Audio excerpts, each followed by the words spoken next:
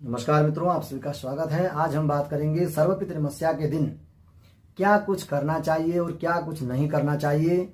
यदि आपने षोडश श्राद्ध में किसी भी प्रकार से अपने पितरों का श्राद्ध न किया हो, छूट गया हो, पातक की वजह से, सूतक की वजह से अथवा भूल चूक की वजह से वह श्राद्ध रह गया हो, अथवा आपके कुल में किसी भी प्रकार की मृत्यु होने के कारण, आपको मृत्यु की तिथि का ज्ञात न होने के कारण आप श्राद्ध न दे पा रहे हों, ऐसी अवस्था में भी आपको सर्वपितृमस्या के दिन श्राद्ध करना चाहिए, पिंडदान करना चाहिए, तर्पण आदि करना चाहिए।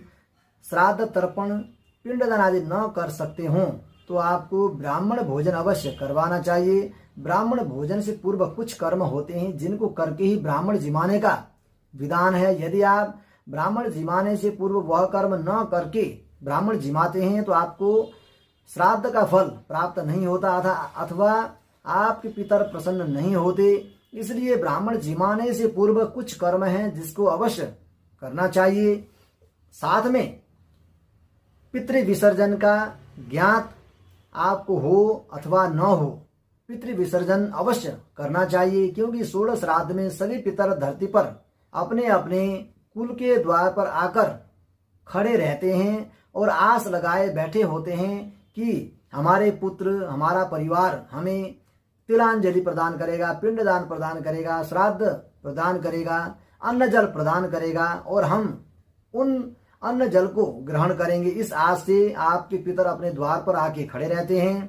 यदि आप उनको किसी भी प्रकार से श्राद्ध आदि न करके आपके पितरों को तिलांजलि न मिलने पर आपके द्वार से खाली हाथ लौट जाते हैं, रोते हुए लौट जाते हैं, यदि आपके पितर इस तरीके से वापस लौट जाते हैं तो आपको अवश्य ही उनकी आत्मा अप्रसन्न रहेगी। दुखी होने के कारण आपको आशीर्वाद की प्राप्ति न होगी। इसलिए आपको अवश्य श्राद्ध आदि कर्म अवश्य करना चाहिए।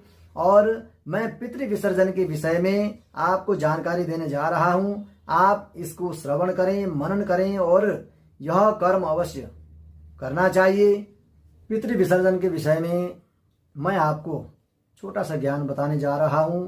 पितृ विसर्जन करने के लिए आपको तुलसी जी के पौधे पर आप तांबे के लोटे में, पीतल के लोटे में, कांसे के लोटे में अथवा चांदी के लोटा अथवा गिलास में जल भर के आप पितरों के निमित्त उस दिन रखना चाहिए। उस जल में मीठा अवश्य रखना चाहिए, क्योंकि मीठा भोजन, मीठे वस्तु से पितर प्रसन्न होते हैं। इसलिए उस जल में मीठा अवश्य रखें। मिश्री आदि डाल करके आपको उस जल को तुलसी जी में रखना चाहिए। साथ में आप पीपल में अथवा त्रिवेणी में भी आप लोटा जल रख सकते हैं, क्योंकि वहां भी पितरों का वास होता है, लक्ष्मी नारायण का वास होता है। इसलिए साथ में आपके घर के द्वार पर दाहिने हाथ पर आप घर से बाहर निकलते वक्त दाईं ओर घी का दीपक अवश्य जलाना चाहिए। वह पितरों के निमित्त प्रसन्नतादायक होता है। इसलिए उसमें दीपक जलाते वक्त पितरों के लिए प्रार्थना करनी चाहिए। प्रार्थना में आप सभी पितर प्रसन्न हों और हमारे दिए हुए श्राद्ध को ग्रहण करें, हमारे को अथवा हमारे सभी परिवार को आप आशीर्वाद बनाए रखें। इस तरीके से दीपक जलाना चाहिए।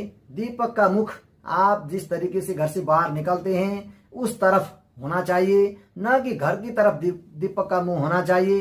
दीपक का मुंह बाहर की ओर होना चाहिए। इस तरीके से दीपक जलाएं और दीपक में तिल, जौ अवश्य छोड़ना चाहिए, क्योंकि तिल और जौ से पितर प्रसन्न होते हैं। मीठा, मिश्री इत्यादि, मीठा किसी भी प्रकार, बर्फी हो, मीठा कोई भी हो, आप मीठा भी अवश्य वहां छोड़ना चाहिए। यदि आप रख सकते हो तो एक लोटा जल भी वहां पर अवश्य रखना चाहिए। इस तरीके से घर के द्वार पर इस तरीके से दीपक जलाएं।